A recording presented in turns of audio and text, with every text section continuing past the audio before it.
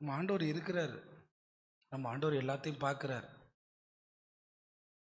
நம்ம ஆண்டவர் நம்ம பரிசுத்தமாகிறத பார்த்து ரொம்ப சந்தோஷப்படுவார். ஆனால் ஆண்டவருக்கு எது பிடிக்காது தெரியுமா? பாவத்தை மறைச்சிட்டு நல்லவங்க வேஷம் போடுறோம்ல, அவருக்கு தெரியும் நீ எல்லாமே உன்னோட எல்லாம் எனக்கு தெரியும், உன்னை காப்பாற்றிக்கிட்டே இருப்பேன். எதுக்கு காப்பாத்துறாருன்னா மனம் திரும்புவோம், அதனாலே நம்மளை மாட்டி விடாமே இருப்பார். சரி, இப்போ காத்துக்கொள்றதுக்கு முதல்ல தேவனோடு உள்ள ஐக்கியம் நமக்கு வேணும். அதனால தான் காலங்காத்தாலேயே நம்ம தேவனோடு ஐக்கியப்பட விடாததுக்கு சவால்களை உண்டாக்குவோம். அதில் முதல்ல காலையில் நம்ம அதிகமாக சோம்பேறித்தனமாக தூங்குற தூக்கம். நிறைய பேர் நினச்சிக்கிறாங்க காலையில் எழும்பி தேவனோட இருக்கிற அந்த உறவு ஐக்கியங்கிறது அன்னைக்கு ஏதோ எனக்கு பெரிய வெற்றியை தர்றதுக்குன்னு. அந்த வெற்றியினுடைய படியே பரிசுத்தம் தானே. அப்போ பரிசுத்தமாகிறதுக்கு நம்ம ஆண்டவரோட நெருங்கணும் காலையில். அதனால தான் பார்த்துருக்கீங்கன்னா காலையில் இன்றைய வசனம், இன்றைய தியானம். ஏன் பரிசுத்தவான்கள் இதெல்லாம் ஏற்படுத்தினாங்க? இன்றைய வேத வாசிப்பு, தியான நூல்கள் ஏன் ஏற்படுத்தினாங்க? நம்ம யாரோட ஐக்கியப்படணுமா? அப்போ ஆண்டவரோட ஐக்கியப்படும் போது அந்த நாளில் நம்ம பாவத்தில் இருந்து நம்ம ஜெயிக்கிற ஒரு சூழ்நிலையை நம்மளால் உண்டாக்க முடியும். ஏன்னா காலையில் எழும்பினோடனே நம்ம அவருடைய பிரசன்ஸுக்குள்ளே உட்கார்றோம், அவரோட கிருபைக்குள்ளே உட்கார்றோம்.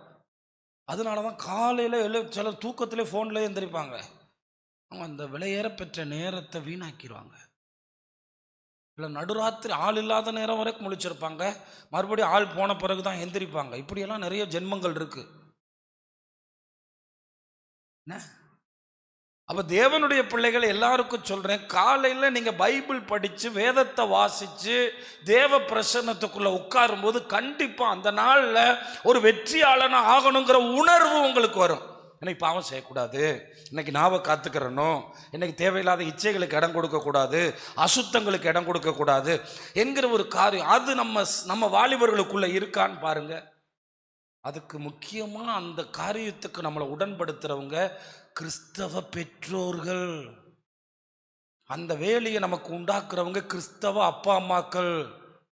அந்த பிள்ளைய தூரத்துலேருந்து பார்த்து பார்த்து பார்த்து இவனுக்கும் தேவனுக்கும் தொடர்பை உண்டாக்கிட்டா இவன் அண்டார்டிகா போனாலும் எப்படி இருப்பான்? அந்த தொடர்பு நிலையில தான் நம்ம எல்லாருமே வாழணும். அப்போ காலையில் எழும்பி ஒரு அரை மணி நேரம் ஆண்டவரோட, இல்லை 1/4 மணி நேரம் ஒரு வசனத்தை வாசிச்சு ஒரு அதிகாரத்தை வாசிச்சு கொஞ்சம் முழங்கால் படிக்கிட்டு இந்த நாளில் பரிசுத்தமாக இருக்க உதவி செய்யுங்க ஆண்டவரே, அந்த விருப்பம் அந்த வாஞ்சை நமக்கு வந்தால் ஆண்டவர் ரொம்ப சந்தோஷப்படுவார். ஏன்னா பரிசுத்தவான்களுக்கு தான் சிங்காசனத்தை ஆயத்தப்படுத்தியிருக்காங்க. இந்த வேதாகமத்தில் பரிசுத்த காப்பாற்றுறதுக்காக போராடினவங்களை எல்லாம் ராஜ்ய பாரத்தில் வச்சு கர்த்தர் என்ன பார்த்தார்? அழகு பார்த்தவங்க எல்லாருக்குமே தெரியும். அந்த பரிசுத்தவான்கள் யாருமே என்னை உயர்த்துங்கன்னு கேட்கவே இல்லை. அவங்கள ஆண்டவர் அப்படி. இந்த கேரக்டர் யாருக்கு பொருந்தும்னா தானியேலுக்கு பொருந்தும். உங்களுக்கு வேணா பைத்தியம் மாதிரி தெரியும், காலையில் மத்தியானம் சாயங்காலம். அவனால் மட்டும்தான் எந்த சூழ்நிலையும் சாதிக்க முடிஞ்சு. காரணம் அவன் தேவனோடு இருக்கிற அந்த உறவுல முக்கியமாக இருந்தான். அவன் எதுவுமே கேட்கல.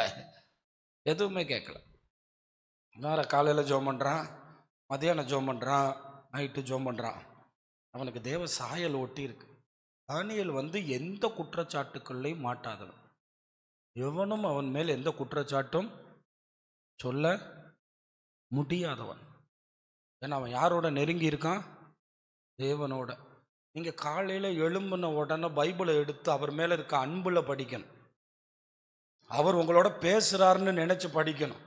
அந்த வார்த்தையை நீங்கள் படிக்கும்போது கடவுள் உங்களோட இடைபடுகிறாருன்னு நினச்சி படிக்கணும். கையில் ஒரு நோட்டு வச்சு முடிஞ்சால் எழுதிக்கிறணும்.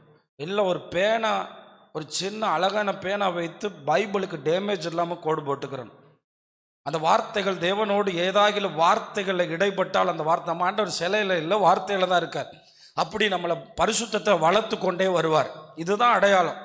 இதுதான் இன்னைக்கு பெற்றோர்கள் எல்லாம் நம்ம கூட்டி வச்சு இதைத்தான் சொல்லணும். ஆனால் இது அவங்க கேட்குற அளவுக்கு இல்லை. இது ஆவிக்குரிய பெற்றோர்கள் நினைப்பான், என் பிள்ளை கொஞ்சமாவது வேதத்தில் இருக்கானா, கொஞ்ச நாள் அவங்க பாட்டுக்கு அவங்க வாழ முயற்சி பண்ணுறாங்க. ஏன்னா கடைசி கால மனிதர்களுடைய ஸ்பாவத்தில் ஒன்று இருக்குது, பரிசுத்தம் இல்லாதவர்களாய் இருப்பார்கள். பிள்ளைகளை வளர்த்தோம். அவங்க வந்து உட்காந்துட்டு பையன் பண்ணுற சேட்டைகள் எல்லாம் பார்த்துட்டு அம்மாக்கால் அப்பாக்கால் ஐயோ இப்படி பண்ணுறானே அப்படின்னு நினச்சிட்டு ஸ்ட்ரெஸ் ஆகுறீங்க. சின்ன வயசுல ஒரு வசனம் உட்காந்து சொல்லி கொடுங்களேன். ஸ்டெப் பை ஸ்டெப்பாக தான் இமயமலைக்கு ஏற முடியும். உடனே அப்படியே பரிசுத்தவான் மாதிரி உருவாயிட மாட்டான். சம்பா வராது. அதுக்கு நம்ம என்ன பாடுபட்டுருக்கோன்னு பார்ப்பாரு. நம்ம ஒவ்வொரு படியாக அவனை ஏற்றணும். இங்கே உட்காந்துட்டு அவன் நெளிகிறான், அவன் பிழல்றான், அவன் உருள்றான். அவனுக்கே புரிய ஆரம்பிக்கும், கத்தர் இங்கே இருக்காரு, இந்த பிரசன்ன கத்தருடையது. அவன் பாட்டுக்கு நாங்கள் பார்த்தோம். நம்ம புதிய ஏற்பாட்டில் படிக்க கடற்கரையில் முழங்கால் படிக்கிட்டு ஜோம் பண்ணுறாங்க. நீங்கள் படிச்சிருப்பீங்களே. இப்போ வரும்போது கடற்கரையில் முழங்கால் படிக்கிட்டு ஜோம் பண்ணுறாங்க. கடற்கரையில் நின்றுக்கிட்டு ஜோம் பண்ணுவாங்க, மௌனமாக ஜோம் பண்ணுவோம், அப்படி போகிற மாதிரி ஜோம் பண்ணுவோம். பழைய புதிய ஏற்பாட்டு பரிசுத்தவான்கள் கடற்கரையில் எப்படி ஜோம் பண்ணாங்களாம், அந்த அளவுக்கு அவங்களுக்கு தேவனுக்கு ஒரு தொடர்பு இருக்குது. எல்லாருக்கும் அதான் சொல்கிறேன். நீங்கள் எந்த ஊருக்கு போனாலும் சரி, ஒரு வேதாகமத்தை வச்சு காலையில் ஒரு கொஞ்ச நேரம் ஆண்டவரோடு கூட நீங்கள் தொடர்பில் இருந்தால் தேவனே உங்களை காப்பாற்றி விடுவார். பெரும் தீங்குகளுக்கு உங்களை காப்பாற்றுவார். இதை விட வேற வழி ஒன்றுமே கிடையாது. ரெண்டாவது பரிசுத்தத்தை நீங்கள் காத்துக்கொள்ளணும்னா தீர்மானமாக இருக்கணும். என்ன இருக்கணும்? ஆமாம். இது எனக்கு எப்படி தெரியுதுன்னா, அந்த தானியலோட ஒரு 3 பேர் போனாங்களே, அவங்க என்ன சொல்கிறாங்க, இந்த சாப்பாட்டுனால எங்களை தீட்டுப்படுத்த. அவங்க கண்ணில் பார்த்த உடனே கண்டுபிடிச்சிட்டாங்க, இங்கே இருக்கிற சாப்பாடுகளில் நிறைய சாப்பாடுகள் யாரை வேதனைப்படுத்தும்? பழைய ஏற்பாடு. ஆனால் ஆண்டவர் அவங்களுக்கு சாப்பிடக்கூடாதுன்னு சொல்லியிருந்தார். அது நோக்கம். இன்றைக்கும் நீங்கள் பார்த்தீங்கன்னா உலகத்தில் நல்லா சாப்பிட்றவங்க யாருன்னா நம்ம சகோதரர்கள், அரபு மக்கள். ஆனால் உலகத்தில் அதிகமாக சாப்பிட்ற பொருள் எதுன்னா பன்றி இறைச்சி, 2வது தான் கோழி இறைச்சி. ஆனால் இன்னும் வரைக்கும் யூதர்களும் இஸ்லாமியர்களும் எதை சாப்பிட மாட்டாங்க. உலகத்தில் ஃபோர்க்கு தான் அதிக மக்கள் உணவாக உட்கொள்கிறது. ஆனால் இன்னைக்கு வரைக்கும் இஸ்லாமியர்களும் யாரும் யூதர்களும் பெரும்பாலான கிறிஸ்தவர்களும் அதை என்ன செய்ய மாட்டாங்க, சாப்பிட மாட்டாங்க. ஆனால் அங்கே வந்து இன்னொரு காரியம் இருந்துச்சு. தானியேல் இருந்த இடத்துல பெரிய விக்கிரகங்களுக்கு படைச்சு தான் சாப்பாடை என்ன பண்ணுவாங்க, எடுத்து கொடுப்பாங்க. அது ராஜாக்களுடைய முறைமை. அதுவும் பாபிலோன்ல அது ரொம்ப முக்கியமான முறைமை.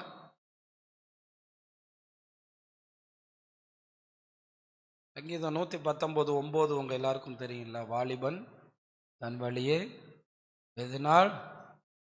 தம்பி, உனக்கு ரொம்ப தூக்கத்தை கண்ட்ரோல் பண்ணுற அளவுக்கு இப்போ நைட்டு நேரம் இல்லைன்னு எனக்கு தோணுது.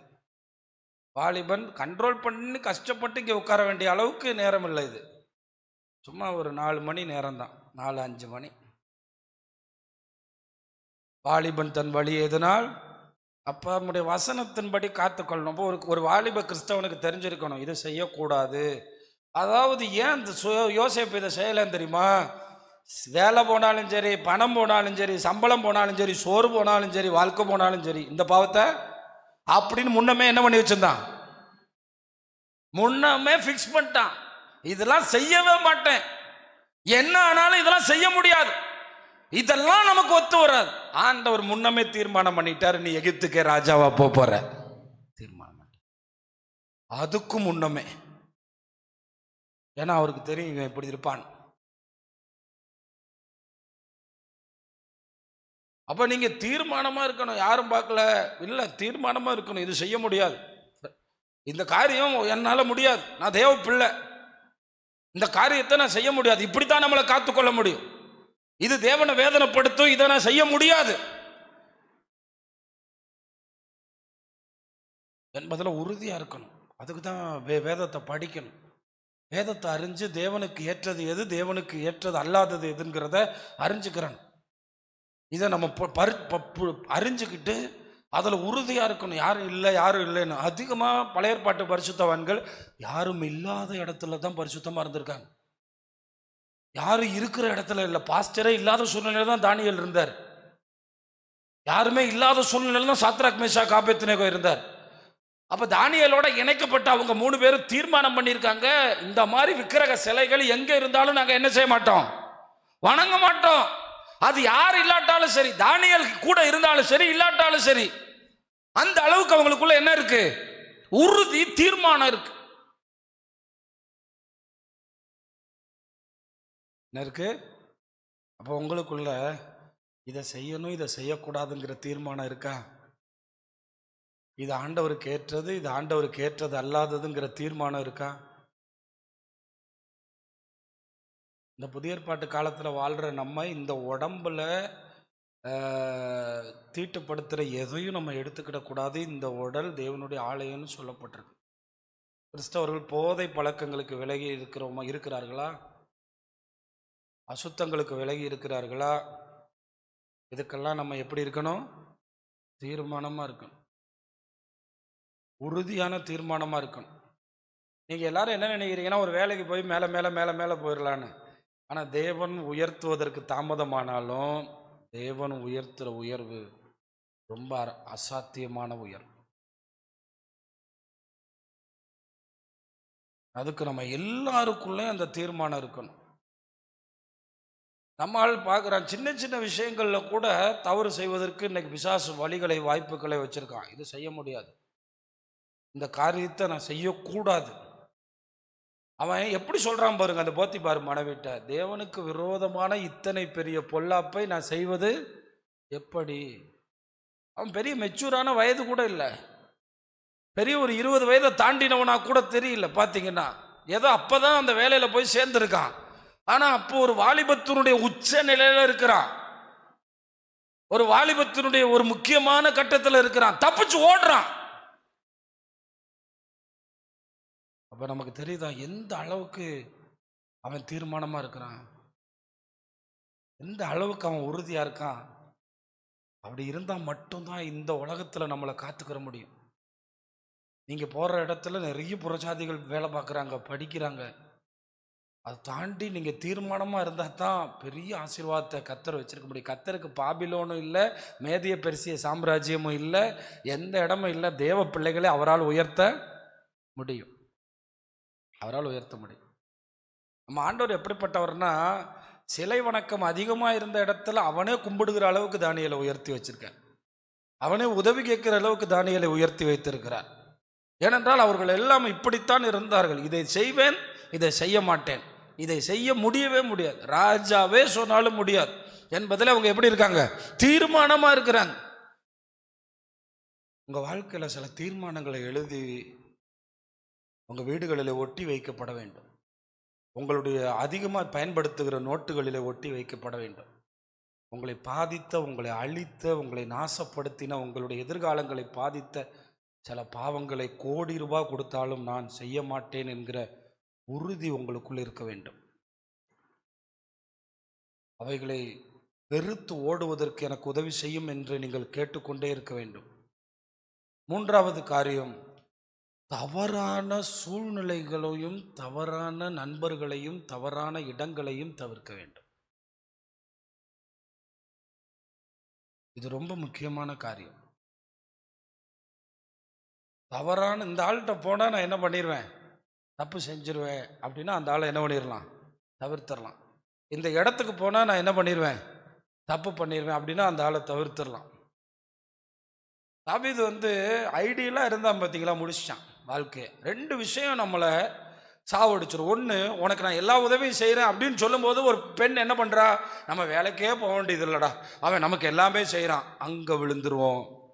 அந்த டிபெண்ட்டுக்குள்ளே போயிடக்கூடாது. இது தவறான நபர். நாமும் உழைக்க வேண்டும், நாமும் ஓட வேண்டும், நாமும் பிரயாசப்பட வேண்டும், எவனும் நம்மை காப்பாற்ற முடியாது.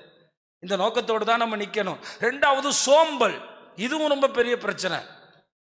இது ஒரு தவறான காரியம். இந்த சோம்பேறித்தனமாக இருந்து இருந்து இருந்து இருந்தா அவன்கிட்ட கேட்டு பாருங்க, ஒரு நாள் சும்மா இருந்தேன் எவ்வளோ தப்பு பண்ணேன்னு ஒரு டைரியில் எழுத சொல்லுங்க. இந்த சோம்பேறித்தனம், தவறான நபர்கள் நம்மளை ஆசீர்வதிப்பாங்கன்னு நம்புகிற இடம், இதெல்லாம் ரொம்ப மோசமான இடம். இதுக்கு தொடக்கத்தில் என்ன கொடுக்கக்கூடாது, இடம் கொடுக்கக்கூடாது. தவறான நபர்கிட்ட ஏவாள் பேசினதிலே முடிஞ்சு போச்சு. அவன் நினைக்கிறான் நம்ம தேவனை போல் ஆயிடலான்னு, அங்கே அவுட் ஆயிட்டா. பேசாமல் தாவீது யுத்தம் பண்ணிட்டு இருந்தாருன்னா பச்சைபால் பிரச்சனையில் என்ன பண்ணியிருக்க மாட்டார். அவர் சும்மா இருந்தார், வேடிக்கை பார்த்தார், பொழுது போகாமல் இருந்தார். அங்கே யுத்தம் காரசாரமாக நடக்குது, அங்கே இதை யோசிக்க வேண்டிய இடமே இருக்காது. அதனால தான் நம்ம யார் ஒருவன் தனியாக இருக்க விரும்புகிறானோ, தனியாக வர்றான் போகிறானாலே அவன் வேறு ஏதோ பிரச்சனை. விசுவாசிகளோட ஐக்கியம் நமக்கு ஒரு ஃப்ரெண்டு இருக்கான், ரொம்ப நல்ல விசுவாசி, ரொம்ப நல்ல தேவ மனுஷன். அவன் வந்து நம்மளை பார்க்குறான், நம்ம தப்பாக பார்க்குறான்னா கண்டிப்பாக அவன் நமக்கு ஒரு வேலையாக இருப்பான். அதனால இந்த பாவம் செய்கிறவங்க ஒட்ட மாட்டாங்க. நம்ம தனியாக வருவோம், நாளை பின்ன மாட்டிக்கிட்டோம்னா தனியாகவே போவோம், தனியாகவே வருவோம். நமக்கு இந்த தேவ பிள்ளைகளுடைய பெரிய பிரசன்னம் கூட இருக்கிறாங்க பார்த்தீங்களா, அது ரொம்ப பெரிய ஆசீர்வாதம். நான் சொல்கிறேனே, தானியேல் மட்டும் இல்லைன்னா அவங்க 3 பேரும் அப்பயே செத்து போயிருப்பாங்க. சாத்ராக் மேஷாக் ஆபேத்நேகோ அப்பயே மாட்டிருப்பாங்க, அப்பயே சாப்பிட்டுருப்பாங்க. ஆனால் தானியேல் பொழைச்சிருப்பான். தானியேல் தான் முதல்ல இவங்க 3 பேரை முதல்ல பிடிச்சிக்கிட்டான். 2வது தடவை ஜோம் பண்ணுறதுக்கு அவங்கள சேர்த்துக்கிட்டான். அந்த ஃப்ரெண்ட்ஷிப் அவங்க 3 பேரை காப்பாற்றிருச்சு. நாளைக்கு தானியேல் இல்லாத சூழ்நிலையில் கூட அவங்க நின்றுட்டாங்க. இது ரொம்ப கவனிக்கணும். உண்மையிலே ஆவிக்குரிய வாழ்க்கையில் வந்து இந்த சரியான நபர்கள் நம்மளை நல்லபடியாக இழுத்துட்டு போயிடுவாங்க. எங்கள் அப்பாவுடைய வாழ்க்கையில் நிறைய வீழ்ச்சி வந்தப்போ அவர் தலை குனிஞ்சு போய் ஆண்டவரை விட்டுட்டு போகாதபடிக்கு பிடிச்சி இழுத்தது இந்த இடத்த வாங்கின ஆனந்தன் பாஸ்டர். அது ஒரு நல்ல நட்பு. அவர் மரணத்துக்கெல்லாம் பின்னாடி எங்கிட்ட வந்து நிறைய விஷயங்களை எங்கிட்ட பகிர்ந்துக்கிட்டார். அவருடைய குடும்ப சூழ்நிலையில் அவரால் நிற்க முடியாத சூழ்நிலை வந்து தனிமையில் ஊரில் பல பிரச்சனைகள் வந்தப்போ ஓடி போய் நிப்பாட்டி ஊரில் இருக்கிறவங்கெல்லாம் இவரை திட்டினாங்களாம். எங்கள் அப்பாவுடைய அம்மா மண்ணள்ளி போட்டு வீடு வர போய் சாபம் போட்டுச்சான். நீ தான் அவனை கெடுத்துட்ட, ஏசு ஏசுன்னு சொல்லி அப்படின்னு. ஒரு கல்யாணத்தை பார்த்து வச்சுட்டாங்க. அந்த கல்யாணத்தை முடிக்கிறதுக்காக எல்லா திட்டமும் பண்ணும்போது இவர் இடையில பூந்துட்டு, இவ்வளவு தூரம் இயேசுக்காக வந்துட்டு இப்படி போறியா, இவ்வளவு தூரம் நீ இயேசுக்காக வந்துட்டு இப்படி நீ வாழ போறியா? அப்ப அந்த நட்பு நம்மளை என்ன பண்ணுது? காப்பாத்துது. நல்ல வேலை பாருங்க, அது எவ்வளவு பெரிய பெரிய காப்பாத்துதலை உண்டாக்குது, பெரிய ஆசீர்வாதத்தை உண்டாக்குது. எனக்கு என்னன்னா, நம்ம சபையில 2 பசங்க ஒன்று சேர்ந்தா இவன் என்ன செய்வான்னு பயமா இருக்கு. தம்பி இது நல்லது இல்லடா அப்படின்னு. நீங்க தனியா மொபைலை வச்சுக்கிட்டே ஒரு ரூம்ல இருந்தீங்கன்னா, உங்களுக்கு அதுல இன்டர்நெட்டும் இருந்தா நீங்க எவ்வளவு கவனமா இருக்க வேண்டியவங்க. உங்களுக்கு அதுக்கான மெச்சூரிட்டி இருக்கா? அதுக்காக வளர்ந்துருக்கீங்களா? நீங்க எதுக்குள்ள போகணும் போகக்கூடாதுன்னு உங்களுக்கு தெரியுமா? உங்க வாழ்க்கை எப்படிப்பட்டதா இருக்கு? நீங்க எவ்வளவு பெரிய இடத்துக்கு போக வேண்டியவங்க. இதை நீங்க காத்துக்கிட்டு உங்க எதிர்காலத்தை பாழாக்காம பாத்துக்கிறணும். நான் சொன்ன 3 காரியம் விளங்குதுல?